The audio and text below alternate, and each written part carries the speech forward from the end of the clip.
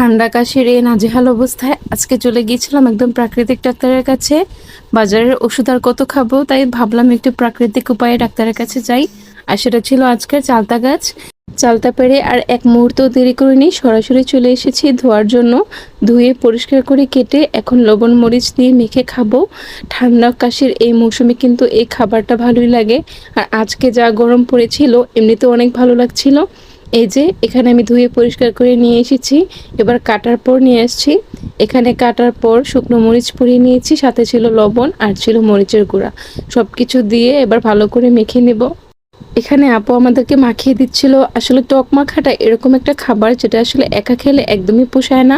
সবাই মিলে একসাথে যখন খাবেন এর স্বাদটা আসলে দ্বিগুণ হয়ে যায়। তো আপু সুন্দর করে মাখিয়ে নিচ্ছিল আর আমরা চারিপাশে সবাই বসেছিলাম কখন খাবো। এখানে মাখানোটাও শেষ, এবার আমরা খাবো। এই যে এখন আপু চালতাটা আসলে লবণ মরিচ দিয়ে মাখাবে আর খাবে। এই যে এই মোমেন্টসটা, এটা আসলে বলে প্রকাশ করার মতো না।